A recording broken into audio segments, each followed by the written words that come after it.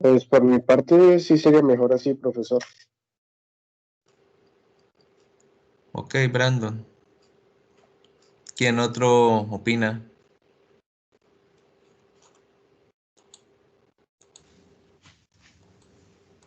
Sí, profe, mejor así. O sea, quitamos la nota de participación. Y los Sí, que ya profe. teníamos pues, en esa participación el 5, ¿cómo sería? Pues, Los pues que les a daría mí un eso sí poco, me subiría un poquito.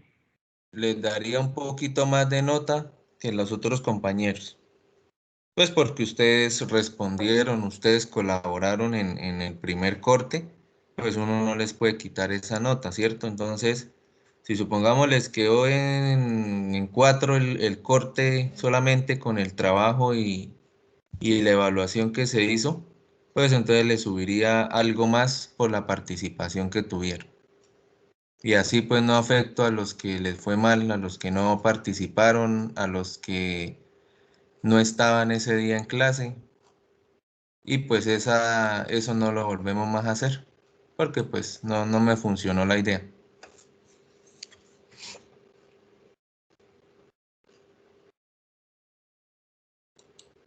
Entonces así quedamos, listo.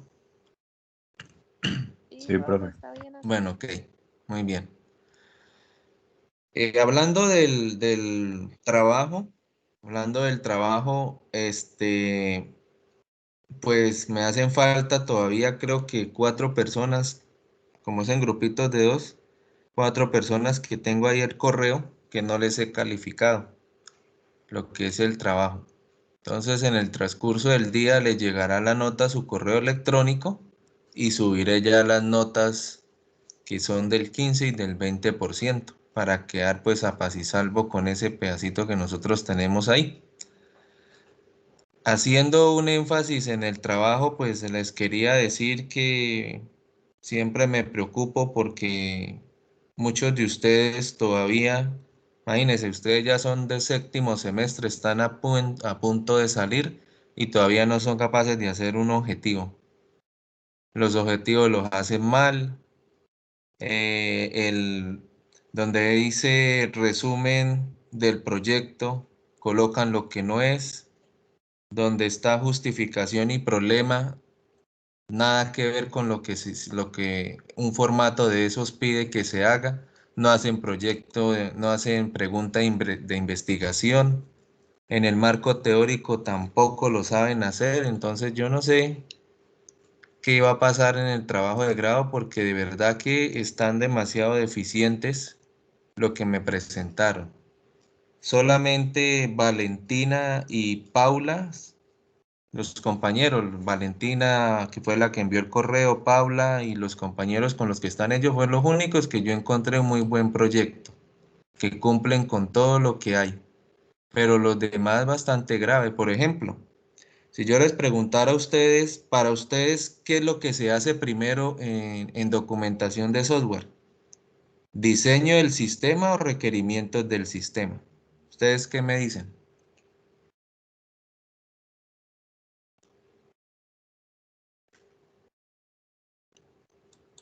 Ah, muchachos.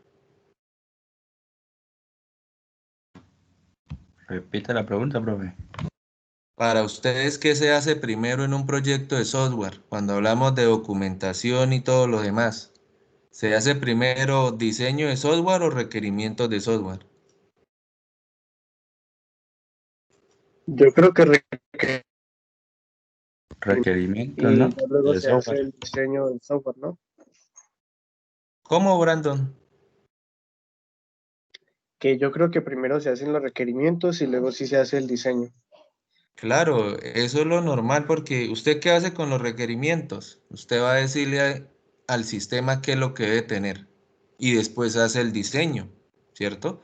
Eso es como un arquitecto. El arquitecto ¿qué hace primero? Le pregunta a la persona cómo va a construir la casa y después le hace el plano. Es lo mismo. Ahora, en el trabajo que me presentaron, muchos de ustedes allá colocaron dentro de las actividades que primero hacen el diseño y después hacen los requerimientos. Si ustedes vieran eso en un trabajo, ¿qué piensan? Pues que este estudiante, ¿dónde estará parado?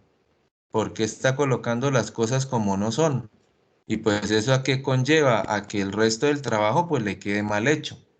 Y ahí yo les estoy colocando en el correo, les estoy colocando por qué les pongo esa nota que está ahí. Hay personas que sacaron 1.6 en el trabajo, 1 en el trabajo, porque tienen mal hecho ese FPI 11. Que si ustedes miran y comparan el FPI 11 con el anteproyecto de grado que ustedes tienen que presentar allá con el formato, es muy parecido. Y les está yendo bastante regular cuando ustedes están diligenciando ese formato. Entonces, yo no sé qué vamos a hacer con eso. La verdad no me puedo colocar a explicarles cómo se hace una justificación, cómo se hace un problema, cómo se hacen unos objetivos, porque si no, ¿cuándo vamos a acabar también la materia? Cuando uno, por ejemplo, no entiende cómo se hace una justificación, porque a uno nunca le han enseñado a uno qué hace. Se va a YouTube, coloca ya cómo se hace una justificación y algún video que haya por allá le explican a uno. Que si no le gustó a uno, pues se va uno a un buscador y coloca hacer una justificación, qué partes tiene. Y se mira uno así sea una hora de clase con alguien que le explique a uno y ahí sí se pone uno a llenar el formato, no se pone uno a inventar las cosas porque seguramente les va a quedar mal hechas. Entonces con eso yo me encontré, el trabajo era para que sacaran un 5 en ese FPI 11, pero al estar mirándolo la verdad no cumple con lo que se pedía. Imagínense que por ahí varios colocaron entre los procesos que tienen que entregar, habíamos dicho que les colocaran un colorcito y de qué corte ese es donde ustedes lo van a hacer. Tampoco hicieron eso. Colocan, por ejemplo, proceso 1, registrar usuario. Proceso 2, registrar proveedores.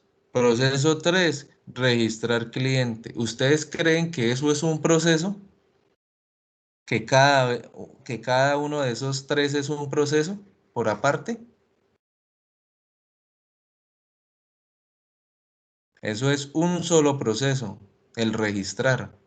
O sea, ustedes no pueden colocarle registrar, registrar y registrar haciendo cuenta que son tres procesos porque eso no son, solamente es uno solo. Entonces, con esas personas, pues sí les agradezco que me escriban porque necesitamos volver nuevamente a acomodar esos procesos porque les quedó mal hechos. La palabrita proceso y actividades que yo siempre utilizo es cansona, pero es porque todo nos toca hacer referencia a lo que vamos a realizar. En todo caso, pues a su correo les está llegando, al que me lo envió obviamente, les está llegando la nota del trabajo y les está llegando que les quedó mal. Si tienen alguna duda, me pueden escribir al Telegram y con mucho gusto los atiendo. ¿De acuerdo? Bueno. Entonces vamos a seguir con el tema porque íbamos acá en esto donde decíamos requerimientos de producto y proceso, para recordar un poco. Habíamos dicho que el requerimiento de producto, no sé si están viendo las diapositivas.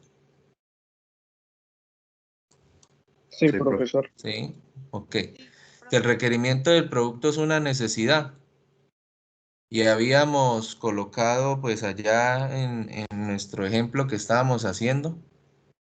Vamos aquí a mejor a compartir la pantalla.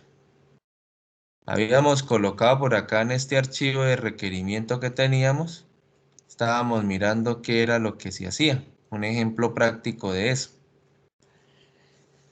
Entonces, mire, esto era lo que nosotros estábamos viendo y yo no lo encontré en su trabajo, asignarle los colores a cada uno de los procesos. No lo encontré. Ese pedazo no lo encontré sino como en 3 proyectos que me enviaron del FPI 11 y ya, y el resto no tenía esto tampoco. Bueno, entonces íbamos por acá en los requerimientos funcionales y los no funcionales. Y de ahí pues se saca cuáles son de producto y cuáles son de proceso que se tenga. Cuando nosotros ya habíamos pasado esa diapositiva y teníamos claro, pues lo único que ustedes tienen también que entender fuerte de requerimientos es que todo lo que ustedes planteen en las hojitas, todo lo que planteen en las hojitas tiene que ir hacia esta palabra que está acá, que se llama verificables. Todo se tiene que plantear porque todo lo que ustedes coloquen allá, de alguna forma lo tienen que comprobar. Y esa es lo único que a nosotros nos va a ayudar para revisar que esos requerimientos estén completamente bien. Si ustedes no son capaces de verificar los requerimientos que escribieron, pues simplemente no se deben colocar en el sistema. Entonces, con eso, pues, ¿qué les digo? Por ejemplo, si yo quiero verificar este que dice el sistema verifica el tiempo de apartado del producto. Si dicho tiempo venció, se envía un mensaje por pantalla alertando. ¿Este tipo de requerimiento será que es verificable o no es verificable? Sí, porque uno lo puede hacer. Además, pues se supone que la prueba que uno hace para mirar si es verificable es que aparezca este mensaje por pantalla cuando se cumpla esta condición que uno tiene acá.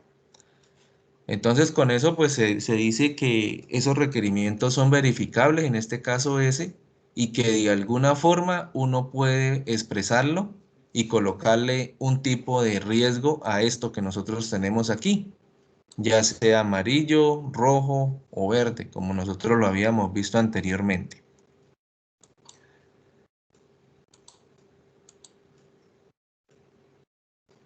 Nosotros también vimos lo que son los funcionales, que describen las funciones que el software va a ejecutar, todo lo que va a ejecutar el software, cómo se está haciendo, cuáles son las ventanas que deben aparecer, cuáles son los botones, todo ese tipo son funcionales. Y los no funcionales son los que actúan para limitar la solución. En este caso podemos verlo como las restricciones que va a tener el software. Que él primero verifique que la persona sí está en la base de datos y si no está, pues que salga un mensaje, que verifique que el botón sí esté funcionando. Todo ese tipo de cosas son limitaciones que el software debe tener. Y además, pues a nosotros nos enseñan, cuando estamos viendo el tema, que requerimientos no funcionales los hay de mantenimiento, de seguridad y de fiabilidad. También lo puede uno sacar. Que cuando uno hace la clasificación se vuelve complicado, sí. Se vuelve complicado sacar estos requerimientos porque, por ejemplo, para sacar unos requerimientos de seguridad, ¿qué le tocaría hacer a uno en un sistema de información? ¿Quién me ayuda con eso? ¿Cómo hago para sacar requerimientos de seguridad en un sistema de información?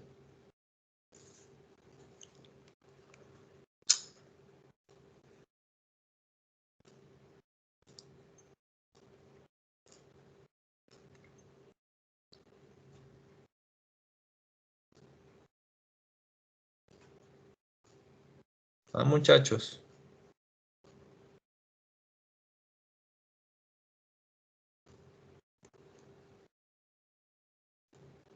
¿Quién me ayuda con esa respuesta?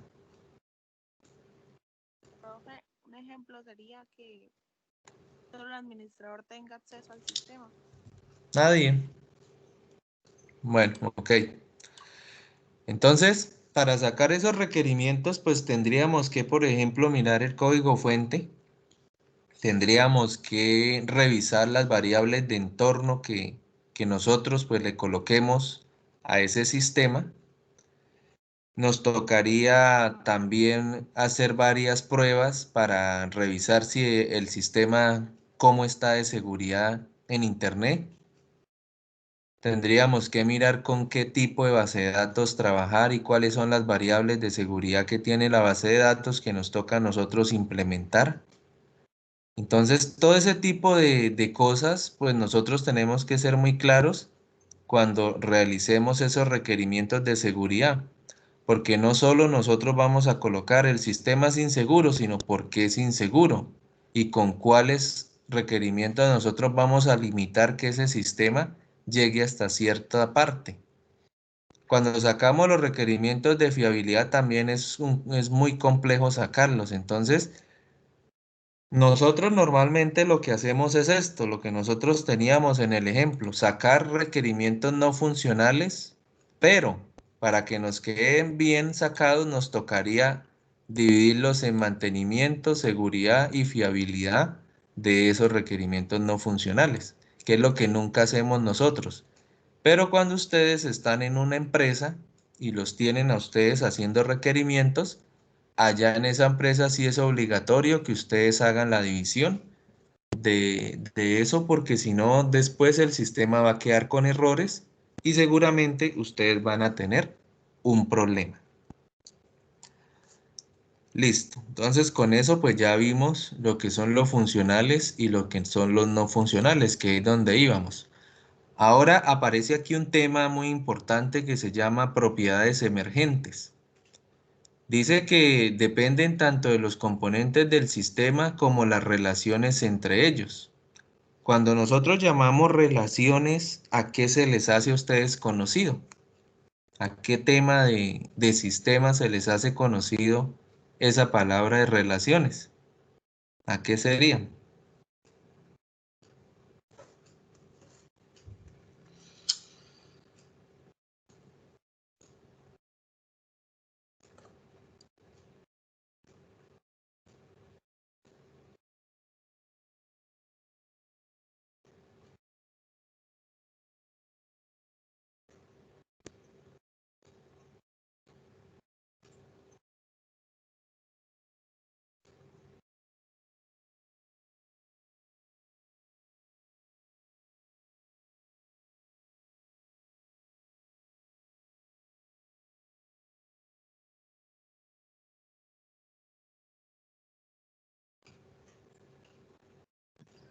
Como el diseño de una base de datos con las relaciones que tiene entre cada una o algo así, profesor. Exacto. Sí, exacto. A lo de la base de datos. Pero ¿por qué aquí en este tema nos hablan de relaciones? O sea, ¿qué tiene que ver lo que ustedes vieron allá en base de datos cuando miraban, por ejemplo, el modelo relacional y miraban todas las tablitas cómo iban unidas entre sí y cuáles eran primarias y foráneas? ¿Por qué acá se trata ese tema de relaciones también?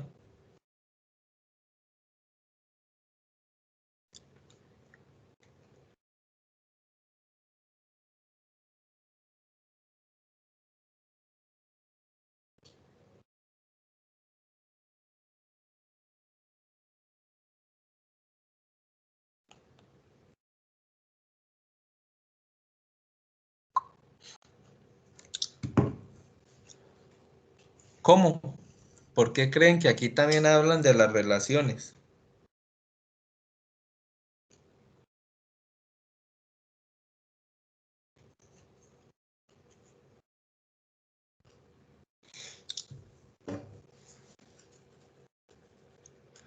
Porque como ahí dice en el enunciado, dice que se revisan los componentes del sistema.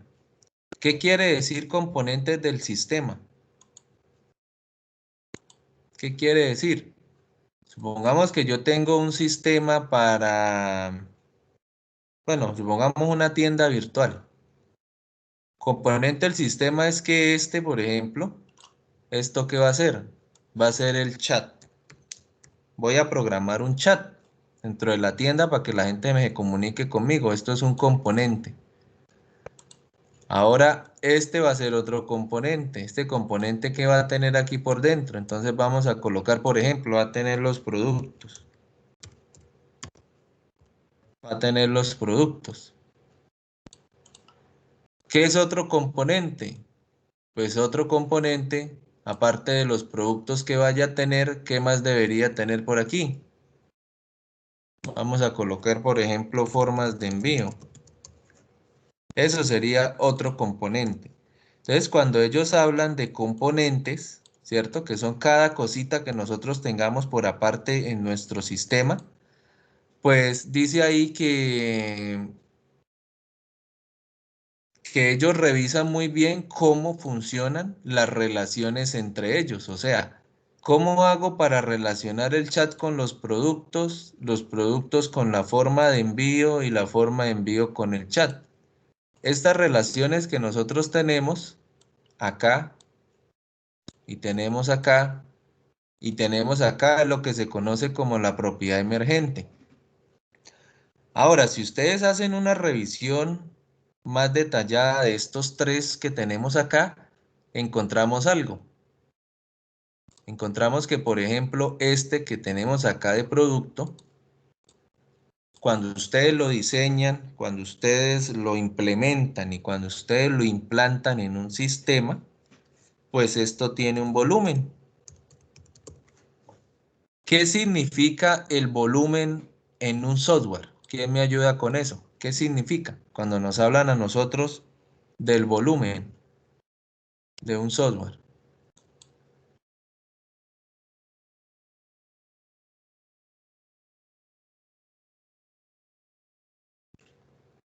¿Qué dice ahí?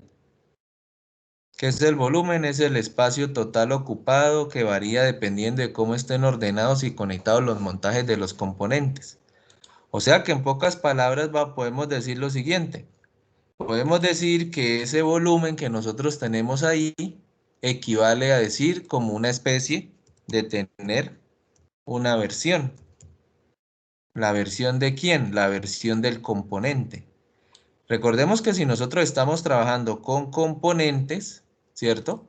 Esos componentes equivalen a partes dentro de nuestro sistema de información y esas partes que nosotros tenemos, cada una de ellas tiene su versión. Por ejemplo, si voy a mirar la parte de los productos, ustedes saben que pueden hacerla de diferente manera. Pueden hacer, por ejemplo, que solo salga la foto y el nombre del producto, o que salga la foto y muestre una descripción pequeña del producto, o solamente cuando ustedes le dan clic en la foto, pues él lo que hace es agrandar esa foto y mostrarla, solamente eso. O sea, cada cosa de esta que tiene un volumen y el volumen pues en sí lo que significa es que venga con la versión que nosotros tengamos. Este también tiene aquí un volumen y el volumen pues trae versiones por dentro. Y este que tenemos por aquí también de las formas de envío tiene un volumen, la versión que tiene cada uno de ellos. Entonces, cada cosita de estos que nosotros tengamos acá, estos son componentes o también llamados por ahí según, por ejemplo, el framework del Laravel, eso se llaman microservicios, que son los microservicios que nosotros tenemos. Esa palabra de microservicios significa que cada cosita que hay ahí adentro, pues eso sería un microservicio. Si nosotros trabajamos, por ejemplo, con Angular, pues en Angular no se llaman microservicios, se llaman componentes. Si trabajamos con el modelo vista controlador, esos no son componentes ni son microservicios, sino que serían esos. En el modelo vista controlador, ¿qué son? Son procesos que se tienen o llamados métodos, cada cosa que se tenga ahí. Cada uno de los frameworks que ustedes van a conocer por allá algún día, pues tienen su palabra reservada como un microservicio, como métodos, como componentes, como procesos que hacen referencia a cada pedacito que se tenga en un sistema de información. Y pues ese sistema de información, al estar interrelacionado, eso significa que una depende de la otra para funcionar, pues tienen un volumen y una versión. Por eso los sistemas, o por ejemplo, ¿de qué? De PowerPoint, cuando yo le doy por aquí en inicio, yo me puedo ir aquí a cuenta. Y en cuenta dice que esto es un producto activado, este sería el volumen, ¿cierto? Donde la versión es 2016 que yo tengo. Y si quiero mirar más, pues dice que hay una versión 2009. O sea, se supone que yo instalé una versión 2009 que tiene compilación 1.3.2.3.1.20.2.6.2. Esto sería el volumen que tiene este sistema y que pues por ende cuando se actualizó a la última versión que él encontró que se podía, pues nos quita el volumen y nos deja solamente un título, que eso es lo que se conoce como la versión del título que nosotros tengamos en el sistema. Pero por debajo del código fuente, cuando ustedes hacen arreglos y hacen la documentación, tienen que colocar cuál es la compilación, que en este caso este número que ustedes están viendo ahí, 13231, ese numerito de acá, a eso es lo que se conoce como el volumen en un sistema de información. No sé si me entienden eso muy bien, porque eso es importante que se tenga en cuenta cuando ustedes hacen sistemas.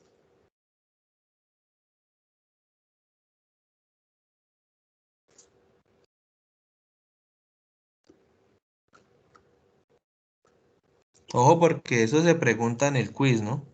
En el quiz que vamos a hacer. Ese tipo de conceptos. Si hablamos un poco de la fiabilidad del sistema, dice que depende de los componentes, pero interacciones inesperadas pueden causar nuevos tipos de fallos y por lo tanto afectar la fiabilidad del sistema. O sea que si uno revisa por dentro esa fiabilidad, ¿a qué conlleva esa fiabilidad? Pues a que nosotros miremos todas las relaciones que se tienen entre los componentes, como en este caso, y se mire qué tan fiable es el funcionamiento de ese proceso que se tiene. ¿Qué tan fiable es? ¿Por qué necesitamos mirar qué tan fiable es el sistema, por ejemplo, en este caso en el producto? Porque si este producto tiene algún problema más adelante, pues nosotros podemos adelantarnos a ese problema y evitar el fallo que se genere. Por ahí dicen en informática que todo lo que funciona hay que dejarlo quieto, porque en el momento que el ingeniero o el desarrollador o la persona que sea le mete mano a algo que funciona, lo más probable en un 90% es que se dañe. Entonces, eso es lo que nosotros tenemos que hacer con la parte de la fiabilidad. Hay equipos que se encargan de mirar qué tan fiable es cada componente, cada método, cada proceso, cada actividad que se está haciendo en el sistema, qué tan fiable es. Y a eso se le asigna un número de 1 a 5. Y nos dice la fiabilidad, por ejemplo, de este producto de 1 a 5, la fiabilidad es, por ejemplo, de 3. ¿Qué significaría que un producto tenga una fiabilidad de 3? ¿Qué significaría?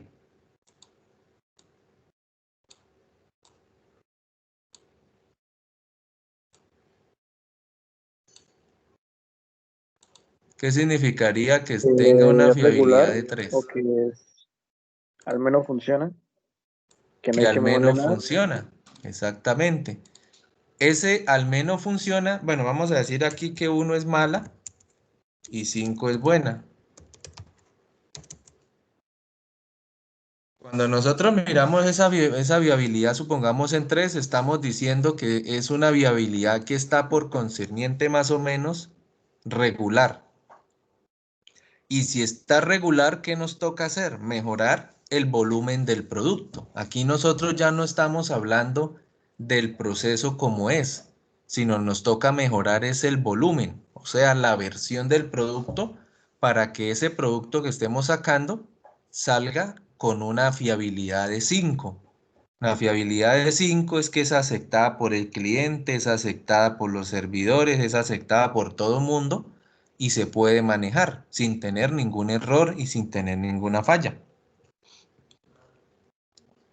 Entonces, eso es importante que se haga en un sistema porque cada cosita que nosotros hacemos nos toca darle una fiabilidad al sistema.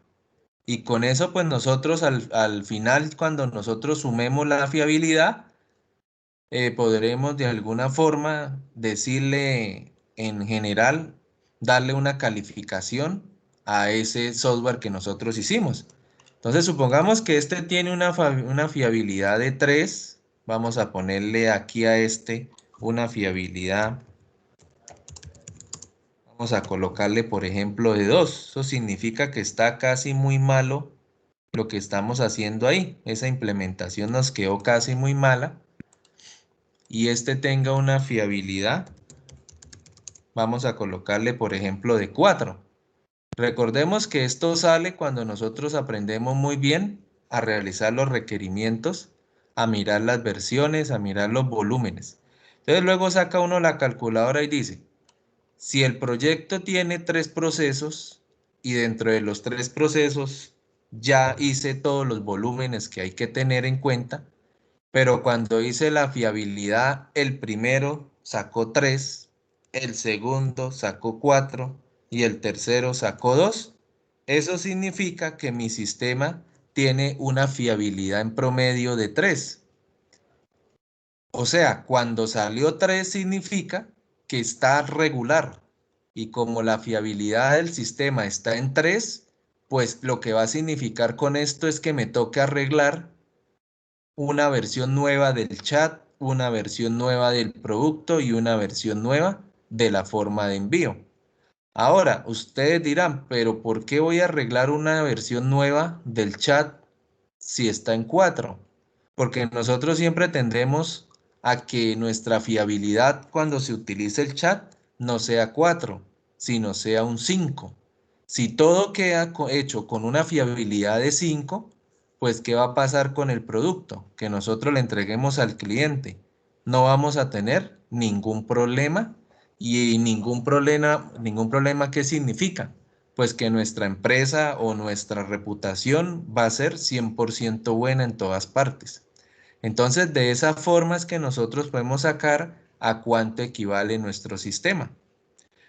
Eso es como cuando nosotros, a ver, acá en nuestro sistema operativo, vamos por aquí a una pestaña que dice Sistema y Seguridad y miramos en Sistema. Cuando nosotros vemos aquí en Sistema, nosotros encontramos, a ver si por aquí me aparece. No, en este creo que no me aparece.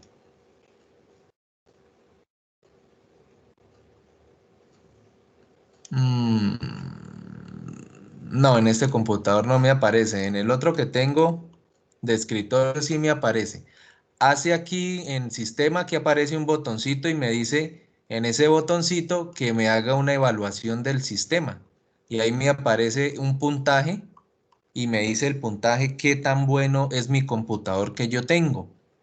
Y me dice, bueno, en la tarjeta, por ejemplo, en ese computador no tiene tarjeta de video, el que yo tengo. Entonces dice ahí, cuando me hace la evaluación de la fiabilidad, me dice que la tarjeta de video no está. O sea que me coloca un porcentaje de 0. Luego me coloca en memoria RAM. Ese computador tiene una memoria RAM de 8 gigas. Entonces me dice, para que utilice con el sistema que tiene actualmente, necesariamente tiene que ser de 12 gigas. Entonces me le coloca una fiabilidad de 3.5. Y eso me lo hace también con el disco duro, me lo hace con el sistema operativo, me hace una evaluación de todo lo que tiene el computador y al final me dice, su sistema tiene una fiabilidad de 2 o 2.5 o 3 o 4. Eso significa que debo mejorar mi computador para que trabaje muy bien. Y eso mismo lo estamos haciendo acá en esta parte donde agarramos el sistema, donde miramos todos los microservicios si utilizamos Laravel, o miramos los componentes si utilizamos Angular, o miramos en el modelo vista controlador lo que son los métodos. ¿Y eso a qué conlleva? Pues a que hagamos una muy buena evaluación del sistema y cada cosa que nosotros coloquemos está ahí por dentro. No sé si tengan alguna pregunta con respecto a eso.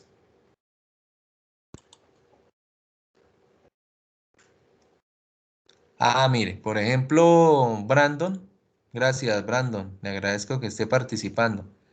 Aparece que hay una evaluación en el sistema, no sé si ustedes la están viendo. Y esa evaluación en ese computador que tiene él dice que es de 2.3. Recordemos que la evaluación viene de 1 hasta 5. ¿Eso qué quiere decir? Que cuando Brandon se ponga a mirar esa evaluación de la experiencia de Windows y ya lo mire a profundidad, seguramente le va a decir qué es lo que él tiene que mejorar para que esa evaluación suba. Con esa evaluación de 2.3, ¿qué significa en el sistema? Pues que el sistema no es apto para funcionar de la mejor forma posible. Seguramente le va a decir que esa memoria instalada que él tiene de 2 GB es muy bajita para un intercore Duo. Se supone que si ustedes conocen un poquito de mantenimiento de computadores y han leído la historia del Core 2 Duo, de cómo es el procesador por dentro, pues él dice que el mínimo de memoria RAM que usted debe tener para funcionar muy bien el Core 2 Duo es de 4 GB. Entonces seguramente le dirán allá a Brandon que debe subirle la memoria RAM del computador. También le hace la evaluación, por ejemplo, del disco duro, de la tarjeta de video. Todo eso lo hace. Acá en este portátil que ahorita yo les mostré no tiene esa evaluación. Pero pues a Brandon sí le aparece. Eso es lo que le quería mostrar. Gracias, Brandon.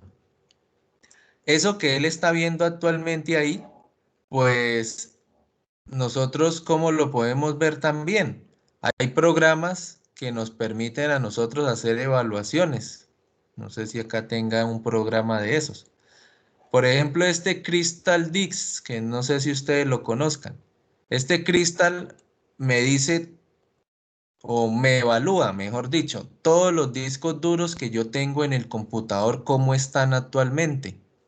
Y ahí me dice más o menos en una taza con el número de serie, que este sería el volumen del sistema, me evalúa si está el disco bueno, si el disco duro está bueno o el disco duro está regular o el disco duro está malo, evaluando también la temperatura. En este caso dice que está a 35 grados centígrados por dentro del computador.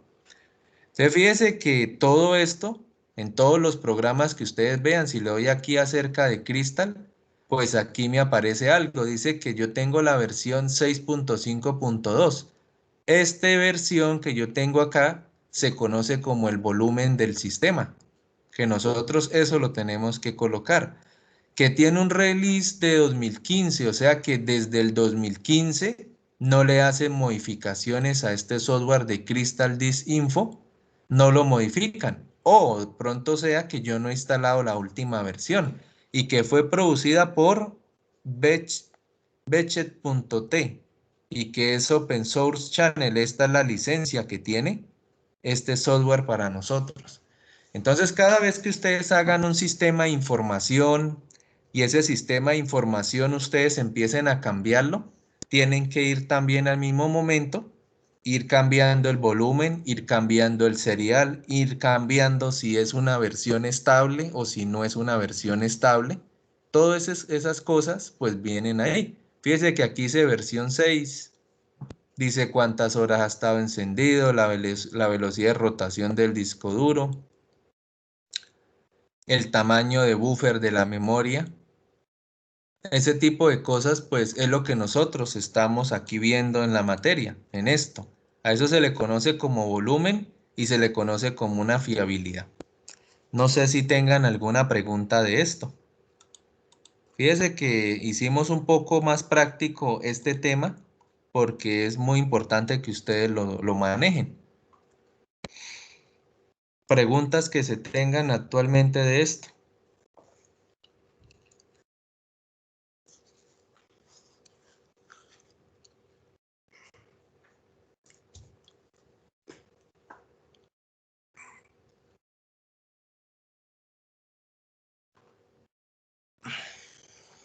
¿Ninguna pregunta?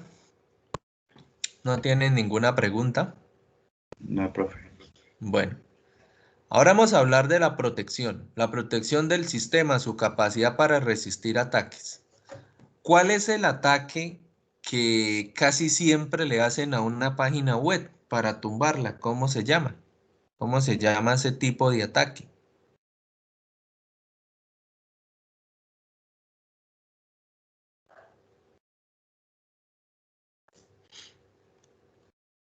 Supongamos si yo les digo, inténtenme tumbar la página que yo tengo, ustedes ¿qué hacen ahí adentro? Sobrecargar el servidor. ¿Y eso cómo se llama?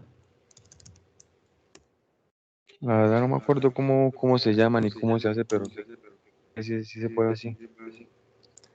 Ese se llama un ataque 2. El ataque 2 es de negación de servicio. Es este que Eso. estamos mirando ahí, De, de ajá, negación del servicio. es de OS. Entonces ahí nos dicen, por ejemplo, qué significa el D2, cómo funciona, qué es lo que hace ese tipo de ataque, ¿cierto? ¿Qué hace ese tipo de ataque? Mire, acá está más o menos qué es lo que hace. Entonces, lo que quiere hacer ese ataque es que esa persona se crea o infecta unos computadores, esos son los bots que él llama ahí, le está inyectando un virus al sistema y cuando él le inyecta los virus le pasa un tipo de caballo de Troya, ¿cierto? Que eso sería como la bomba que él tiene y le inyecta todo ese tráfico maligno, se lo inyecta a una página de internet. ¿Qué significa? Pues si supongamos su servidor es un servidor más o menos que es estable, que casi nunca se cae y que vamos a suponer tiene una capacidad de que a su página le entren, supongamos, unas 1000 visitas diarias, que él resista 1000 visitas diarias. Entonces, cuando una persona aprende a generar ese D2 que uno llama o 2, porque son dos tipos diferentes de ataque, ellos pueden simular que hay muchas personas que están entrando a su sitio. Entonces, por eso ellos sobrecargan el sistema. Entonces, en un minuto puede ser que él le mande 1000 peticiones, serían como si estuviesen 1000 usuarios en el sistema y que se están conectando a la página. Y como el servidor empieza a agarrar todo ese tráfico, pues entonces esa misma persona, ¿qué hace? Esa misma persona empieza ya que no sean 1000, sino 2000 personas y empieza a inyectarle tráfico maligno a su página. Y seguramente en algún momento, si el servidor no está protegido contra ese tipo de ataque, entonces, ¿qué es lo que hace el servidor? El servidor se cae, le forma a usted un letrero que dice, se excedió el tráfico las últimas 24 horas y se le cae a usted su página de internet o se pone muy lenta la página. Es por eso, por ese ataque que nosotros tenemos. Entonces, ¿por qué se dice esto que se llama D2 o 2 ataque? Porque recordemos que son dos diferentes. Eso se hace porque cuando nosotros estamos viendo esta parte de protección, entonces nosotros tenemos que agarrar cada uno de estos componentes que tenemos aquí y hacerle un ataque. Entonces, por ejemplo, vamos a ahorrar acá que no diga microservicio. Entonces, a los productos.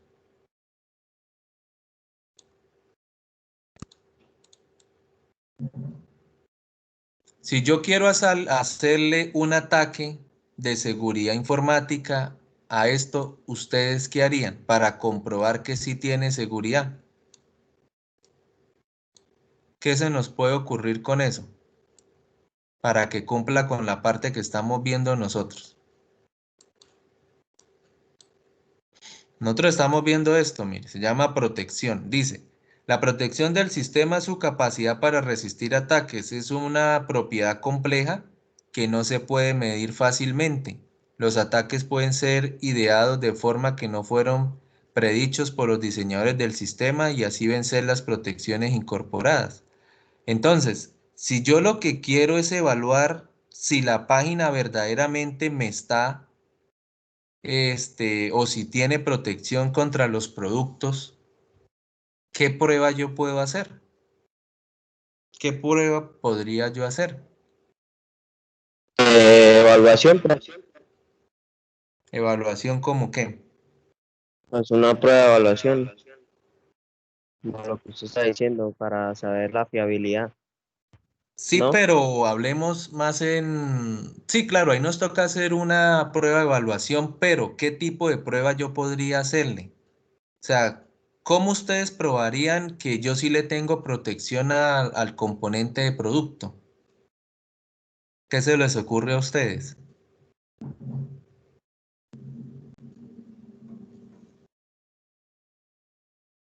Por ejemplo, yo podría... se supone que para que ustedes coloquen productos en la página es porque esos productos, ¿cómo deben estar? Deben tener stop, ¿cierto? Si el producto no tiene stop, ¿qué pasa?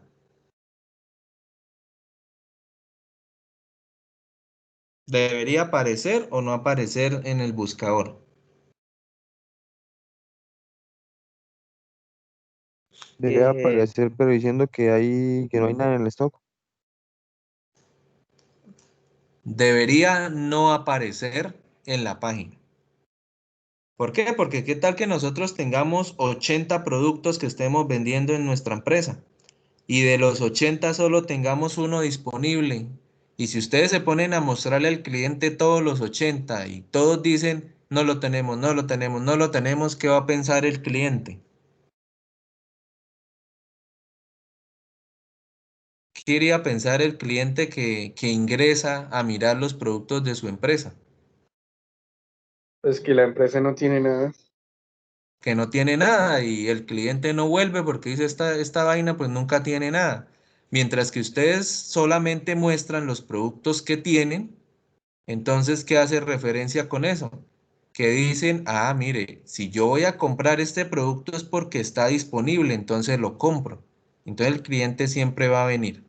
Ahora, para que eso se muestre tiene que tener un stop. Entonces, ¿qué podría hacerle? Yo podría hacerle un ataque, añadir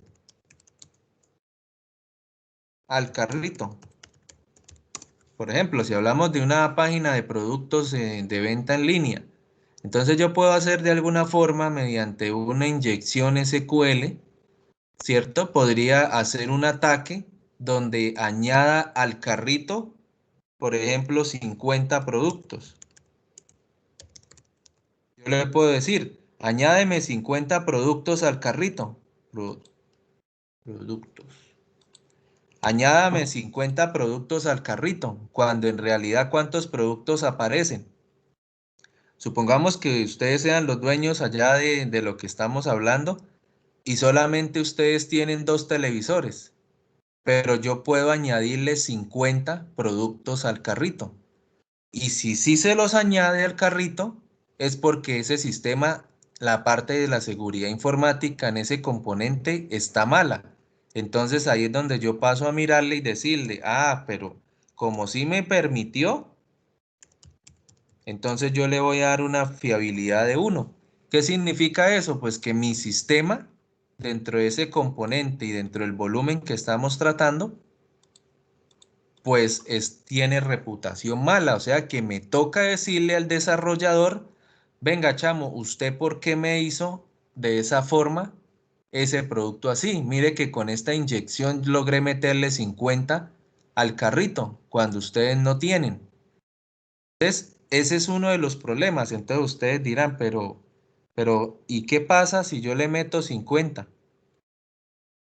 Cuando en realidad hay 2. Pues hay muchas páginas, por ejemplo, como panamericana.com, que cuando usted compra más de la cantidad de lo que está permitido en el sistema, por ejemplo, si en el sistema hay 2 productos y usted compra 5, pues a usted en las políticas de Panamericana dice que porque la página no era segura y usted compró más de lo que hay en stock, pues aparte de que a usted le devuelvan la plata que gastó en los demás productos que no habían, pues a ustedes les dan un bono por cierto valor, porque ustedes, pues como quien dice, le están avisando a Panamericana que ese producto que ellos hicieron, que controla toda la implementación, tiene un error. Entonces le regalan a uno una especie de bono, póngale por 100.000 pesos para comprar dentro de la tienda. Eso también lo tienen muchas tiendas en línea. Son formas como ellos le dan a los clientes que están utilizando el sistema para que les avisen de los pequeños boot que eso hay, porque ¿esto qué sería? Esto sería un boot en el cual piensan que ya está arreglado, pero el boot sigue funcionando de igual manera. Entonces, esas son formas que nosotros utilizamos para realizarle la seguridad a nuestro sistema que estemos haciendo. Así como hay ataque de negación de servicio, que es el 2 o el DD2, también hay SQL injection, ¿cierto? Que es para cambiar los valores de la base de datos sin tener permisos. Todo ese tipo de cosas uno pues se supone que tiene que verlas en la carrera, por la seguridad informática se supone que tienen que hacer prácticas de eso que está ahí. Y después pasa a algo que se llama reparabilidad, que es esta propiedad refleja hasta qué punto resulta fácil arreglar un problema con el sistema una vez que ha sido descubierto.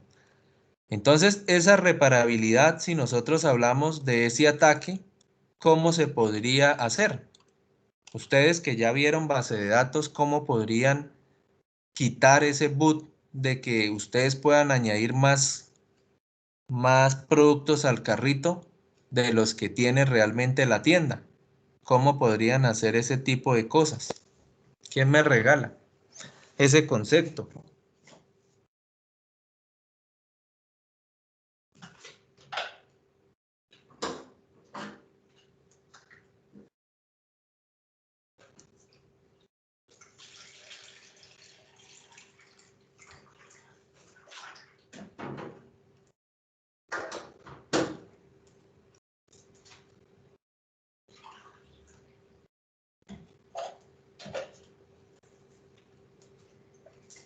Ah, muchachos.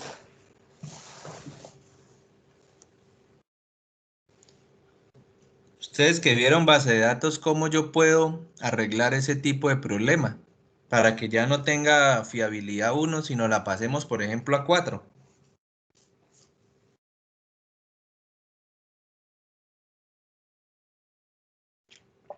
¿Cómo lo harían ustedes si son desarrolladores?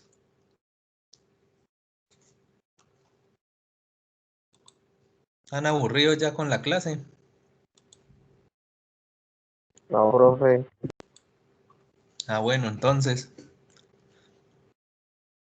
vea que este tema es muy necesario que ustedes lo aprendan. ¿Qué tema ustedes vieron por allá en base de datos que nos permite hacer restricciones?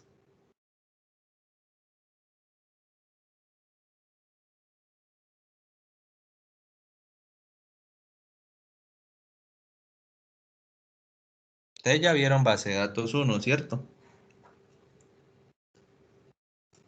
No sé si ya vieron base de datos 2.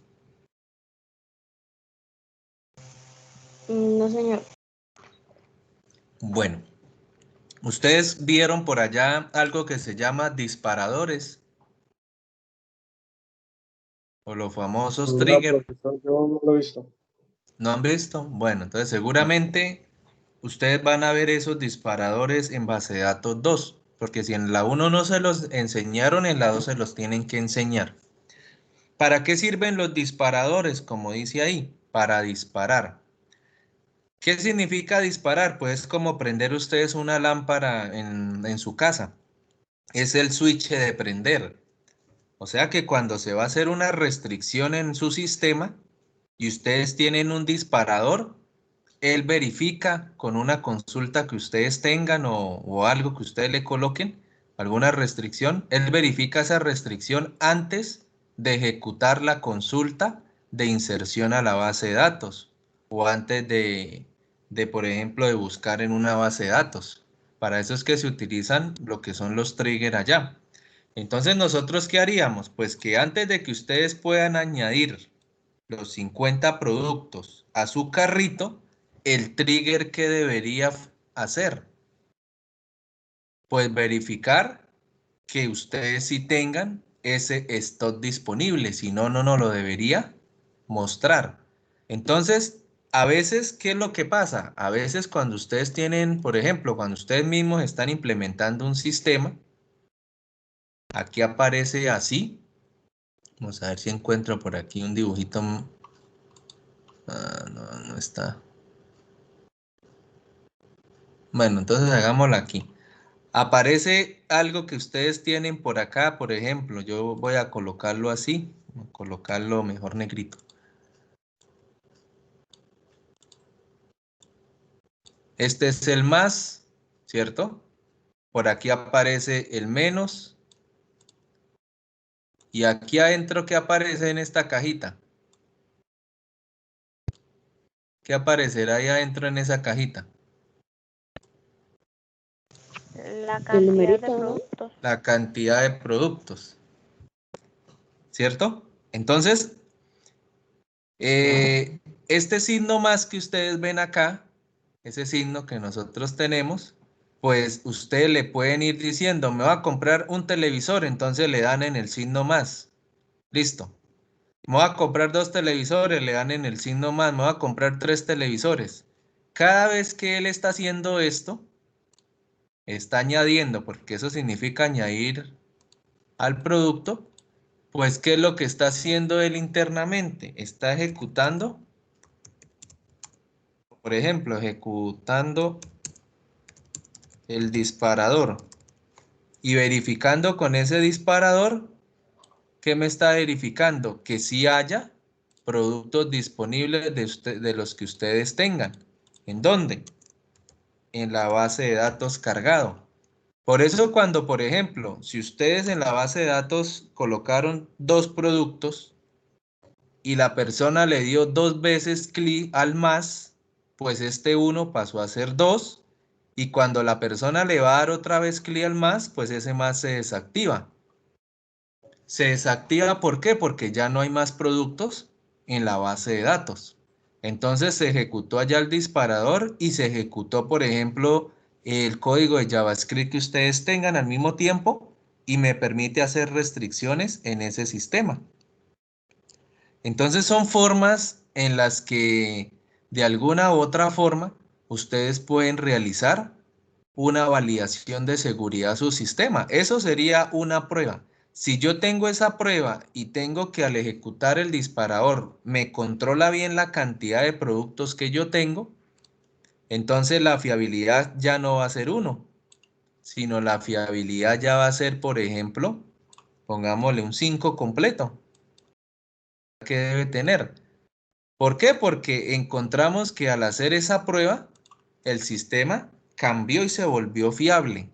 Entonces, ese volumen y esa versión que yo tengo de ese componente, que en este caso es producto, pues ya está funcionando muy bien. Y con eso, pues, uno cumple con la parte que tenemos acá de reparabilidad del sistema y de protección al sistema. ¿Por qué? Porque se puede reparar y porque se puede proteger el sistema. Entonces ya estamos hablando de la propiedad emergente. Si hablamos ahora de usabilidad, dice que esta propiedad refleja cómo es de fácil usar el sistema.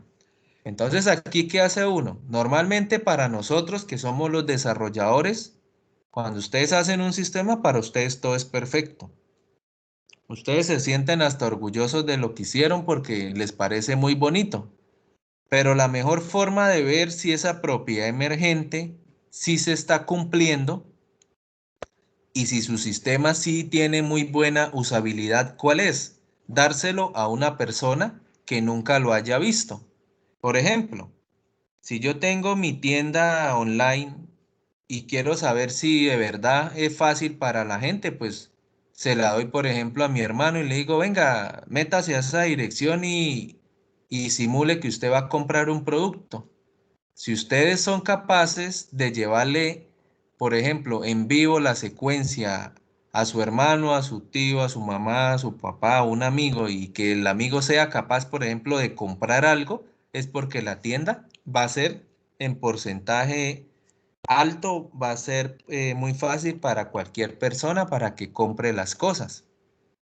Entonces, esos son como pruebas que uno realiza para mirar lo fácil de usar del sistema. Ahora, si por ejemplo es para una empresa que ustedes hicieron un software, pues lo más normal es que ustedes hagan, por ejemplo, un equipo de 3 personas que van a usar el sistema.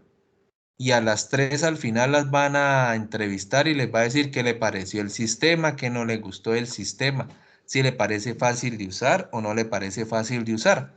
Esas son técnicas para que ustedes recolecten información.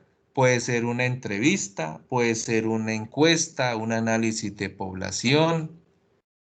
Bueno, eso existen muchas técnicas en estadística con las que ustedes pueden hacer revisión de ese sistema que va a salir. Por eso es que hay 2 versiones que sacan, las beta y las alfa. Dentro de las versiones alfa, pues son para el mismo equipo de trabajo. Se supone que si ustedes crearon el sistema, el mismo equipo es capaz de manejarlo bien. Entonces, primero le dicen a ustedes, a ese equipo, que ellos manejen el sistema. Y segundo, le dicen después, cuando ya sale a la beta, pues se lo da a las personas y le dicen, maneje usted el sistema.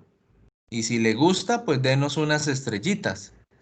Y yo creo que ustedes eso lo han visto, por ejemplo, en la Play Store cuando tienen una aplicación. Por ejemplo, la de OLX. OLX, si usted no ha evaluado nunca ese funcionamiento de esa app, pues ellos cuando están o cuando usted va a cerrarla, les aparece, ¿le ha gustado la apps de OLX o no le ha gustado? Denos la opinión y lo mandan a uno para una cajita donde le registran la opinión. Y según esa opinión, los desarrolladores van a revisarla y van a mejorar el sistema. A eso se llama usabilidad que hay de ellos. No sé si tengan alguna pregunta de esto.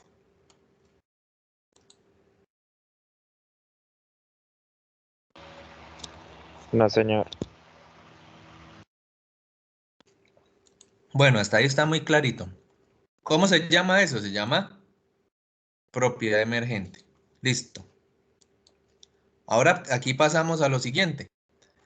Esto que ustedes ven acá es muy importante porque para que ustedes hagan un buen sistema de información, ¿qué necesitamos nosotros? Tener requerimientos claros. ¿Cuáles son los requerimientos claros? Pues estos que nosotros estábamos haciendo acá. Estos son requerimientos claros que nosotros vamos a hacer. Entre más claro sea el requerimiento, mucho más fácil va a ser el sistema que nosotros vayamos a realizar.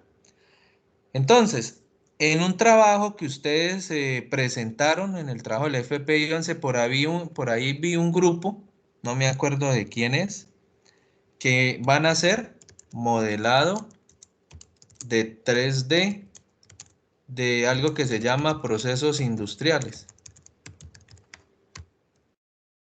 Y lo dejaron así. Ese sería un proceso. Ahora, si ustedes revisan esto y vamos a mirar acá y comparamos con nuestras diapositivas que dice requerimientos claros. ¿Ustedes creen que ese requerimiento que nosotros vamos a hacer del modelado en 3D, será que sí es viable realizarlo o no es viable realizarlo de forma fácil? Si yo les digo a ustedes, háganme en un sistema que haga un modelado de 3D de procesos industriales, ¿ustedes qué me dicen a mí? Bueno, primero que todo, me dirán, pero ¿qué es lo que tengo que hacer ahí adentro? Entonces uno le dice, bueno, pues hagamos los requerimientos. ¿Qué es lo que él tiene que hacer adentro? Cuando ya se tienen los requerimientos hechos, pues se miran los componentes. Se hacen los componentes. ¿Qué componentes debe tener el sistema? Cuando yo hablo de componentes es esto que habíamos dicho, si tiene chat, si tiene formas de envío, si tiene productos. Listo, ya tengo los componentes. Ahora dice modelado de 3D de procesos. Entonces por ahí me decían que un requerimiento de ellos, funcional, ¿ellos qué van a hacer? Dice cotizar escáner. Cotizar escáner 3D. ¿Ustedes creen que eso es un requerimiento funcional?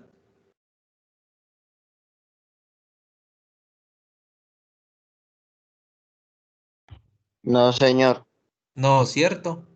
Entonces no entiendo por qué, por ejemplo, los que me presentaron ese proyecto colocan cotización de un escáner en 3D. Esto no es ningún requerimiento.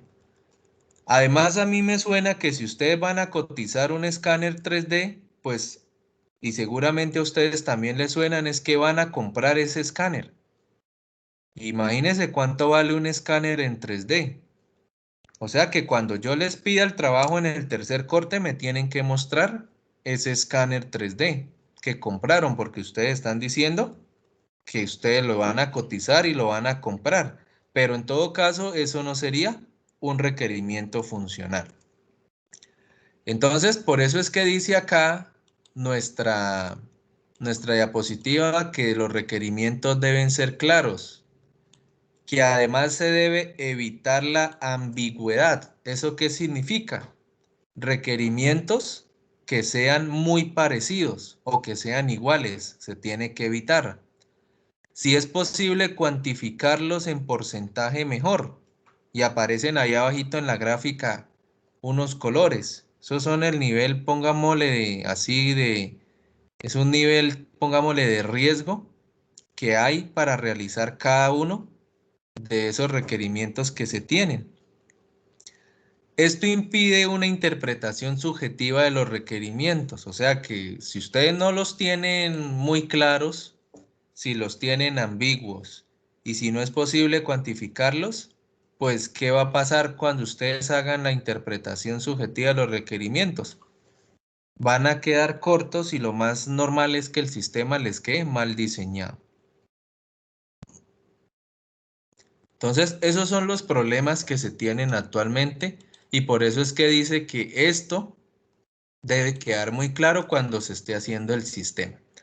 Entonces, si yo les pregunto, ¿será que estos requerimientos que vendríamos haciendo son requerimientos que cumplen con ser requerimientos claros? Para mí esos serían requerimientos claros porque uno es capaz de hacerlos. Segundo, ¿será que hay requerimientos que sean ambiguos? En este caso, como nosotros lo habíamos hecho en clase la vez pasada, hasta el momento no ha salido ningún requerimiento ambiguo, o sea que está cumpliendo con la meta. ¿Es posible cuantificarlos en porcentaje? ¿Eso qué significaría? Que yo puedo colocarle un porcentaje a este.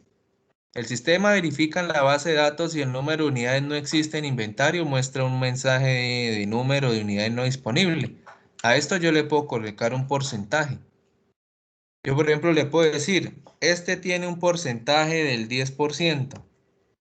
Este otro no funcional, este tiene un porcentaje, por ejemplo, del 60%. 60 y 10 van 70. Y este, por ejemplo, tiene un porcentaje del 30%.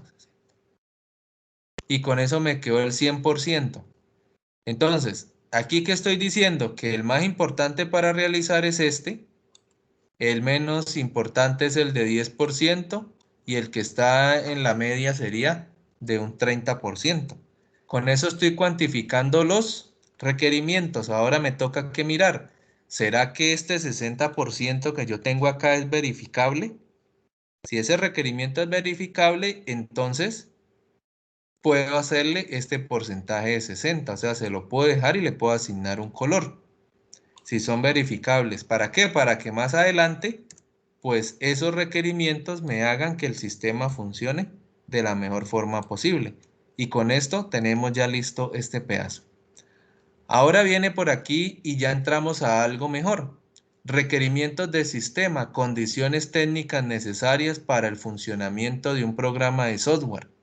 Estos requerimientos incluyen la configuración del hardware, el sistema operativo, el ancho de banda, la velocidad de procesamiento, etc. Entonces, vamos a hacer una actividad para que no se aburran ustedes ahí.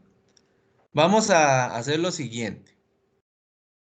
Vamos a suponer que el sistema de información ustedes ya lo hicieron y que ese sistema que ustedes están haciendo generó un juego que se llama GTA 5.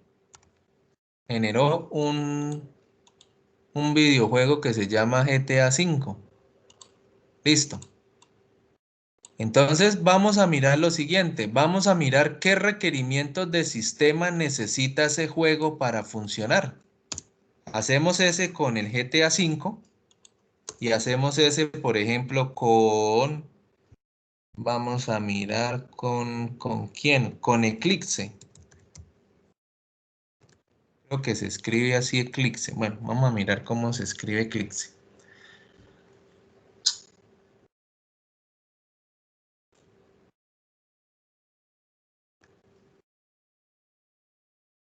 Ah, ya, ok. Es con ese Eclipse. Es igual que el Eclipse lunar. Ok. Entonces, este Eclipse es el que nosotros utilizamos para programar en Java Entonces vamos a mirar, o bueno, mírenlo ustedes en unos 15 minuticos, cuáles son los requerimientos del sistema que necesitan para que corra el juego de GTA V y para que les corra este Eclipse en Java. Y después vamos a mirar cuáles son los requerimientos de software que se necesitan para que estos dos funcionen también. Entonces hagamos esa actividad en unos 15 minuticos y luego alguien de ustedes las pone, el que la haga. ¿De acuerdo? Listo, profe. Bueno, hagamos eso a ver.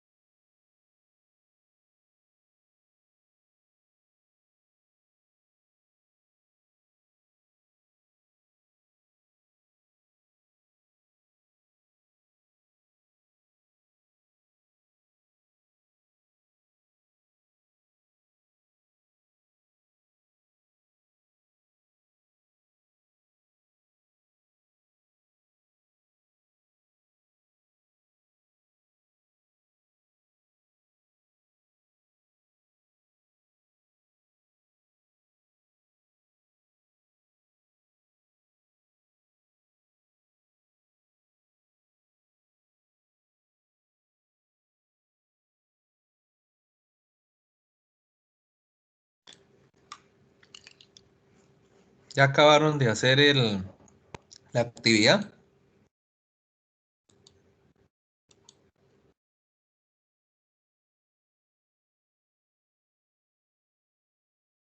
¿Ya hicieron la actividad, chicos?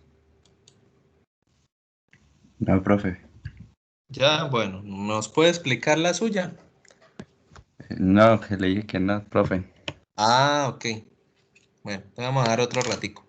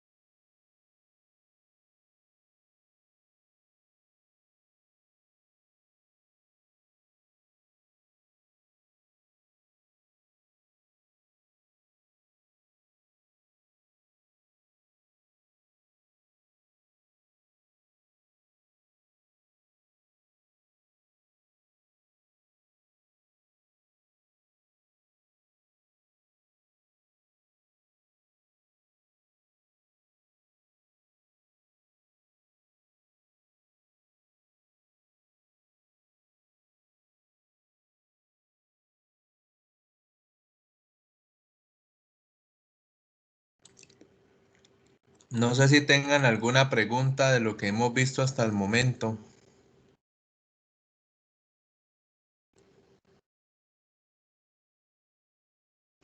¿O todo les quedó claro? En el transcurso del día les voy a subir ya las notas al sistema para que ustedes las revisen. Y cualquier duda no se les olvide que me pueden buscar ahí en el Telegram. Entonces esta actividad que estamos haciendo vamos a dejarla para la otra clase. ¿Listo? Pero no sé si les quedó claro este dibujito de cómo funciona, a qué se le conoce como interrelaciones, a qué se le conoce como componentes, métodos, microservicios, qué fiabilidad. No sé si todo les quedó bastante claro o tienen alguna pregunta.